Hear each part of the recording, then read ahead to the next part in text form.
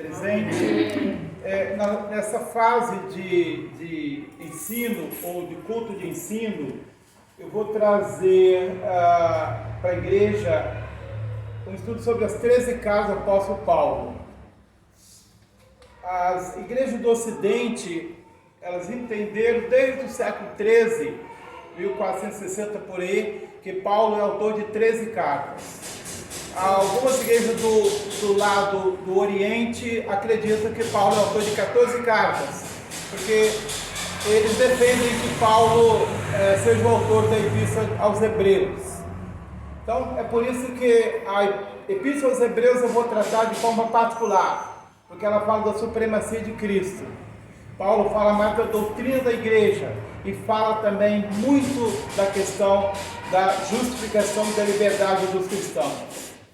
Mas antes de falar sobre a primeira carta que foi colocada na Bíblia, que foi Romanos, embora não tenha sido a primeira carta a ser escrita, os estudiosos da Bíblia defendem que a primeira carta escrita foi 1 Coríntios e que a última carta foi 2 Timóteo. Então eu vou trazer uma palavra de reflexão justamente na última carta escrita por Paulo, mas no último capítulo também, a última carta dele, o último capítulo, ele está despedindo já dos irmãos, mas está alegre com Jesus. No capítulo 4, verso 6, ele fala bem assim: porque eu já estou sendo oferecido por aspersão de sacrifício e o tempo da minha partida está próximo. Combati o bom combate, acabei a carreira e guardei a fé. Desde agora a coroa da justiça me está guardada, a qual o Senhor justo juiz me dará naquele dia, e não somente a mim, mas também a todos os que amarem a sua vinda. Apenas esses versos. Paulo vai falar mais algumas outras poucas palavras, depois encerra para sempre os escritos deles. Dia depois um carcereiro vai entrar naquele presídio e vai chamar por Paulo. Ele vai para o sacrifício mesmo, que é a perda da vida no governo do imperador Nero, para ser decapitado. Não tinham inventado a guilhotina ainda.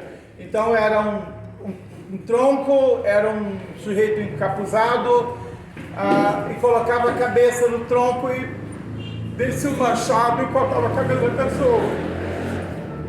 De um homem que lutou bravamente pelo Evangelho. Um homem que teve um abismo, que teve um naufrágio, que apanhou muito, sofreu muito, prisões muitas pelo Evangelho. Olhar para Paulo e olhar para nós é ver a distância que nós estamos ainda para ser pleno como Paulo foi. Só que a vida dele não foi sempre assim. Então eu vou trazer um breve relato sobre a vida, primeiro, de Saulo de Tarso. O Saulo de Tarso, ele nasce, como o próprio nome diz, Saulo, ele nasce na cidade de Tarso, numa região chamada Cilícia, Ásia Menor, era província romana, e o lugar que Paulo nasceu hoje é Turquia.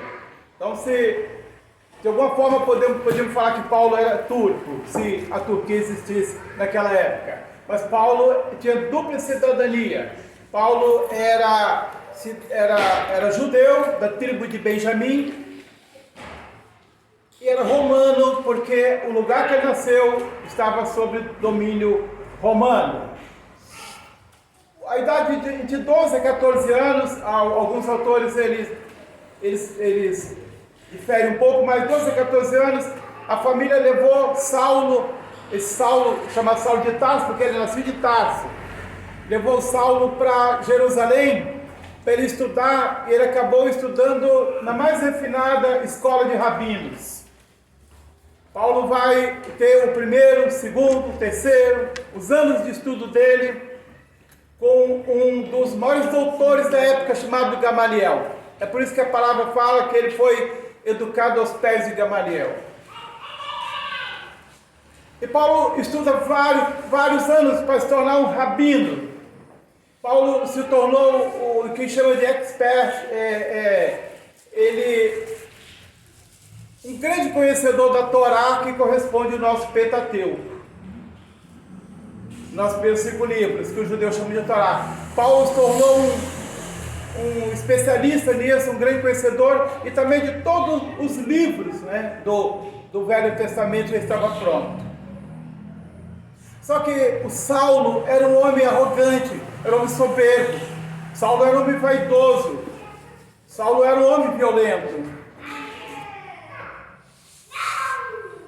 Se alguém da turma de Saulo, estou com Saulo que era Saulo ainda, ou Shaul, como Deus chamava de Shaul. Se alguém falasse para Shaul ou para Saulo: Saulo, você tem um projeto grande na sua vida? Ele diria: tenho. Qual? Ele diria: meu projeto é eliminar essa seita que está aí, chamada seita dos Nazarenos. O meu projeto é acabar com a igreja do caminho. Caminho é como era chamado os cristãos antes de ser chamado por esse nome cristão.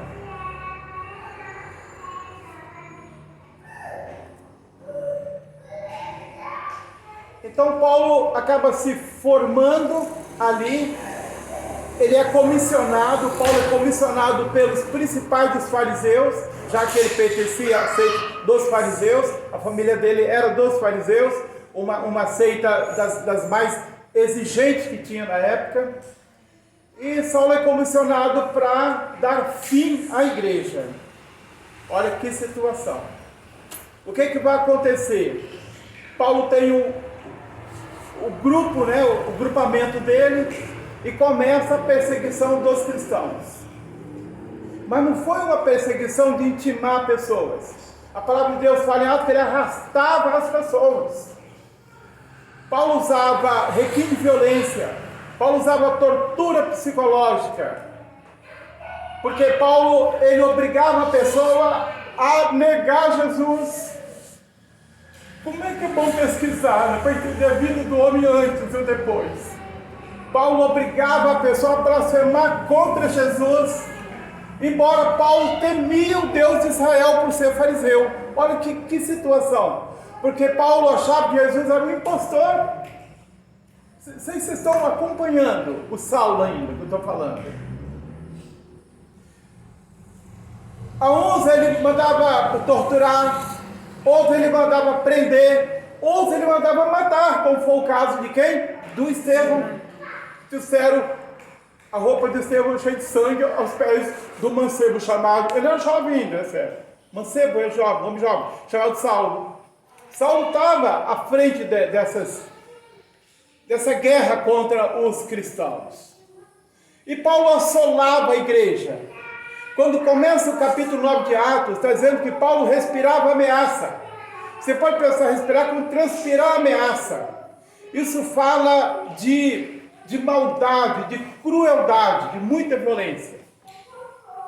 Só que Paulo está já com as mãos, Saulo, por favor, já está com as mãos muito sujas de sangue.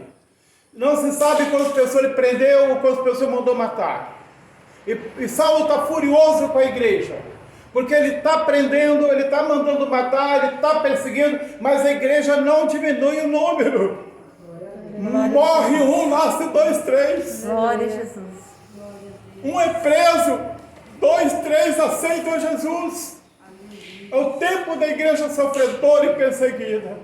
Agora Saulo está com a comitiva dele indo para Damasco, para prender líderes da igreja lá da Síria, que Damasco é a capital da Síria. Olha, a palavra fala que, assim, de repente, né, de uma forma assim, momentânea, Saulo foi cercado por um facho de luz, um resplendor, mais forte do que o sol ao meio-dia. E a força dessa luz era tão grande que o Saulo, ele caiu por terra. Mas esse Saulo, ele é bravo, ele é um touro indomável. Ele falou assim: quem é, Senhor? Ele disse: tem um Senhor atrás de você. Quem é, Senhor? Aí ele disse: eu sou Jesus. Aí depois tem uma palavra que Jesus vai dizer: eu sou Jesus a quem tu persegues, dura coisa recalcitrar contra os aguilhões. Neste momento, Saulo tem uma conversão. O Saulo fica completamente cego. E levanta aí um outro homem. Ele é conduzido para Damasco, na casa de um irmão chamado Judas. E Saulo fica 3 dias e 3 noites sem comer e sem beber e orando. Olha isso, gente. Glória a Deus. O Saulo, ele tinha o Velho Testamento na cabeça. Não tinha Deus no coração. Esse é um grande problema. Saulo fica 3 dias em oração, em jejum. A palavra fala que ele não comeu e não bebeu, estava orando. Mas Deus não falou nada com ele em 72 horas. Mas Deus revelou e deu visão a um servo de Deus chamado Ananias. E falou: Ananias, levanta, vai em Damasco, na rua chamada direita. Procura a casa de Judas. Lá tem um homem chamado Saulo. Você vai fazer uma oração para ele. Aí o Ananias resistiu quando soube que era Saulo. Todo mundo tinha medo desse homem. Mas aí Jesus falou: não, eu tenho uma grande obra a ser feita por ele, para levar o meu nome para os gentios, para levar o meu nome para reis, para levar o meu nome para os judeus também. E Ananias era muito temente a Deus, conhecia a voz de Deus, naquela revelação, naquela visão, levantou e foi, e lá chegou e chamou logo de irmão Saulo. Irmão Saulo, o Senhor Jesus me mandou aqui. Glória a Deus. Então, irmãos, um homem que tinha um projeto de acabar com os cristãos, embora ainda não tivesse esse nome. Um homem que tinha umas ideias assim. Ananias ora, a palavra de Deus fala, cai como as escamas dos olhos de Saulo, e Saulo é curado. Saulo recebe a cura da cegueira. Saulo levanta, já é uma outra pessoa, começa a se interessar, começa a se juntar com os irmãos, Ananias, Judas, outros irmãos. E Saulo tinha um conhecimento profundo da Torá, do Velho Testamento e da palavra. Saulo tinha uma vocação enorme para a liderança. E começa Saulo a pregar a palavra de Deus. E daqui a pouco Saulo está numa sinagoga pregando a palavra de Deus. Só que levantou a primeira perseguição contra Saulo. Quando os judeus falaram assim: não, você é um traidor, você é um traidor. Aí ele foi para um lugar onde só tinha cristãos. Ele disse: não, nós não acreditamos em você, nós temos medo de você. Pode ser uma armadilha isso. E tinha um certo sentido a coisa. Como é que de uma semana para outra, o homem que era um demônio vai se transformar em um anjo de Deus? Então ele não estava conseguindo perceber aquilo. E Saulo tem um conflito muito grande. Ele vai para uma cidade para pregar a palavra de Deus. Eles cercam Saulo de uma tal forma. Ele foi com os irmãos desceram ele numa corda, num cesto.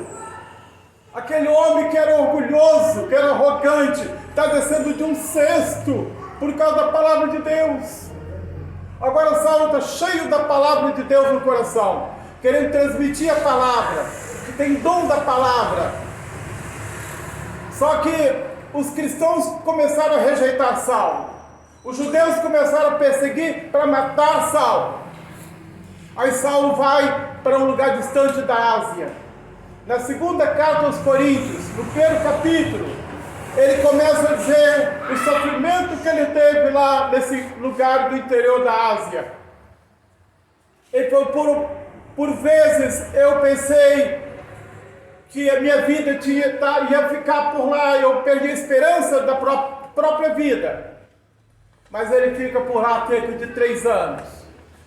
Quando Saulo passa nessa primeira escola de sofrimento da Ásia de 3 anos, ele resolve voltar para Jerusalém, porque ele tinha, como eu falei, essa vocação missionária, essa vocação de liderança. Ele vai para Jerusalém, e vai querer conhecer Pedro, vai conhecer Tiago, vai conhecer os líderes da igreja. Jerusalém era uma grande igreja. Outra igreja florescente é da Antioquia da Síria. Só que Saulo chega em Jerusalém querendo liderar, porque ele foi formado para isso. Ele foi formado para ser líder. E se você formar um líder, você jogar ele, ele vai liderar. Você lembra de José lá na cadeia? Vai ser líder na cadeia, vai ser líder no Egito. O líder, onde ele chegar, ele lidera. E Saulo queria chegar a liderar. Só que eles vão reunir num pequeno concílio entre eles. Olha, não vai dar certo, porque o líder aqui é Pedro. E Pedro é casca grossa. Aí reuniram, está no consenso, mandaram Saulo para a terra dele. Devolveram Saulo. Eu falava assim, quando dizia isso, sobre livre e espontânea pressão, conversando com ele. Saulo retorna para Tarso. Aí, minhas irmãs e meu irmão que está aí, meus irmãos, Saulo quase completou 10 anos lá. Saulo cai no esquecimento. A pessoa, um homem foi preparado para levar a Torá, levar a lei judaica para as pessoas. Mas uma coisa eu não falei. Se perguntasse para Saulo de Tarso, quando ele se formou, assim, Saulo, com quem que você jamais trabalharia? Com os samaritanos? Não, até com os samaritanos eu trabalharia. Embora os judeus não falem com os samaritanos, a gente sabe disso, né? De João 3. Não, até com os samaritanos eu trabalharia. Mas com quem que você não trabalharia de forma nenhuma? Eu não trabalhei de forma nenhuma com os gentios. Olha como é que Deus faz as coisas. Ele vai ser o apóstolo dos gentios, vai ser o doutor dos gentios, vai ser um homem que vai levar o evangelho para o coração daqueles que não são judeus, porque a mão de Deus é toda poderosa. Glória a Jesus. Aí Saulo, quase 10 anos, a gente aqui ninguém vai dizer de Saulo. Saulo consagrando, Saulo buscando, Saulo recebendo revelações, porque ele fala assim, o que eu recebi do Senhor. Não falo eu, mas o Senhor. Então Jesus ele teve uma proximidade muito grande com Jesus, depois de Atos 9. O que vai acontecer? Barnabé agora é líder da igreja de Antioquia. Antioquia é o terceiro maior cidade do Império Romano. Antioquia perde para Éfeso e perde para Roma. Saulo não, Barnabé levanta e vai até a Tarso buscar Saulo. E trouxe Saulo para o ministério. E Saulo foi ali sendo aluno de Barnabé. Aí agora Saulo está humilde. Agora Saulo está sabendo que quem manda não é o homem, quem manda é Deus. Agora Saulo percebeu que a força não está no conhecimento do Saulo, mas a força está na pessoa de Jesus. E eles ficam um tempo ali em Antioquia. Antioquia tinha doutores, tinha mestres, a gente já leu sobre isso na Camazina. Antioquia é uma cidade que é uma cidade forte, a terceira maior cidade do Império, mas era uma cidade que tinha uns crentes muito parecidos com Jesus. E Antioquia, nós fomos chamados pela primeira vez de cristãos. Por que fomos chamados de cristãos? Porque lá nós éramos parecidos com Jesus. Eu fico maravilhado com isso. Glória a Deus. Eu penso, olha assim, você é um cristão, mas eu nunca te vi, criatura. Mas não precisa ver, eu estou vendo Jesus em você. Gente, isso é Antioquia. A igreja era tão fervorosa, irmã Jânia, de Antioquia, que o Espírito Santo falou de viva voz: separa para mim Barnabé e Saulo, para a obra que eu tenho para eles, para as missões que eu tenho para eles. Missões no plural. Mas olha como é que o Espírito Santo ele é ético. Ele separa para mim Barnabé e Saulo. Ele não falou separa para mim Saulo e Barnabé, porque quem está na liderança ali era Barnabé. É como se separa para mim Otegilson e Santos. Jamais você separa para mim fazer um trabalho aqui, Santos ou Tegilson, porque o Espírito Santo sabe quem está na frente. Ele quer que nós respeitemos os escalões da hierarquia, as autoridades. Separa para mim Barnabé e Saulo para a obra que eu tenho para eles. Vem a primeira viagem missionária. Sai Barnabé e Saulo. Sai Barnabé e Saulo para a primeira viagem missionária. Aí eles começam a viajar. Vão viajando, vai para um lugar chamado, deixa eu ver se eu anotei aqui algumas coisas. Bom, vão para vários lugares, né?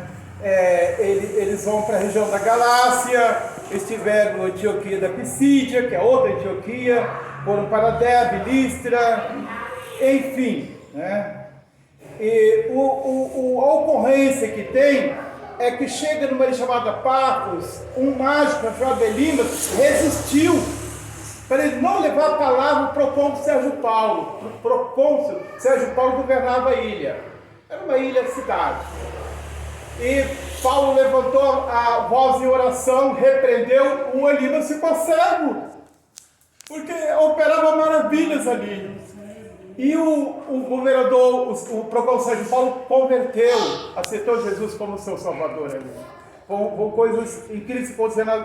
A segunda viagem missionária não foi assim, na metade da primeira viagem missionária, Barnabé retorna. Nós entendemos bem por quê. A fazeres na igreja, pode ser, mas aí a palavra assim, e Saulo, capítulo 13 de Atos. E Saulo, que é também chamado Paulo, a partir dali nunca mais na Bíblia, a partir da frente, daí para frente, do capítulo 13 de Atos, nunca mais vai chamar Saulo, vai chamar Paulo. E Paulo, fui ver o significado da palavra, significa pequeno, aquele que é pequeno.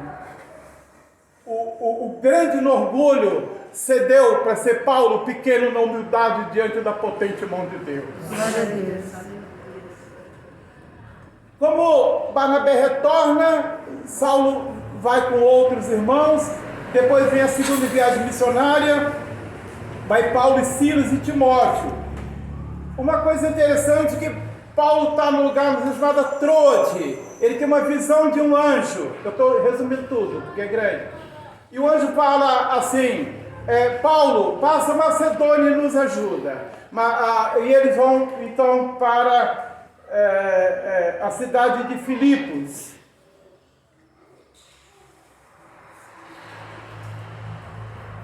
Bom, na primeira visita da Macedônia, eles têm um encontro com uma mulher chamada Lídia, vendedora de púrpura, e essa mulher se converte a Jesus e oferece a casa dela para fazer os trabalhos para Jesus. Nessa segunda viagem missionária, tem umas ocorrências que têm que ser bem consideradas. Por exemplo, a libertação de uma moça que adivinhava e que dava muito lucro aos seus senhores e gerou uma confusão grande, e conseguiram argumento para prender Paulo e Silas. E levaram Silas para a cadeia, isso está em Atos 16. E eles amarraram os braços, as mãos, manietaram, amarraram os pés, colocaram o pé no tronco, e jogaram no fundo de uma cadeia.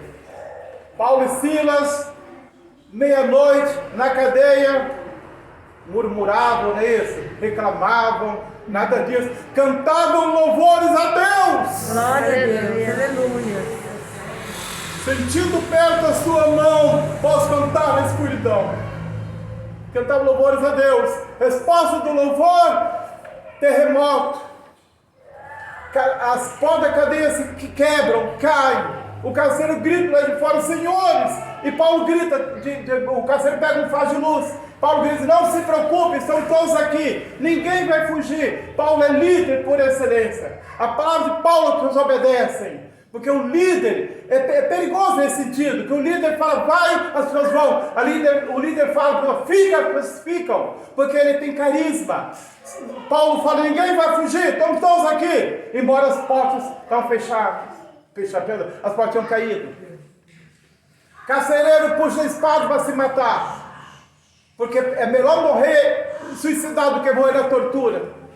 Paulo diz, não faças isso. Estamos todos aqui. E ele grita, senhores, o que eu tenho que fazer para poder ser salvo? E a resposta nós conhecemos. Crer no Senhor Jesus, será salvo tu e a tua casa. Meus irmãos, a terceira viagem missionária de Paulo foi a fundação da igreja de Éfeso. Éfeso estava entregue à idolatria. Nós já passamos por essa lição, Levânia. Quem mandava em Éfeso era uma deusa chamada Diana, ou a Ártemis dos gregos. Era uma deusa terrível, controladora de praticamente tudo em Éfeso.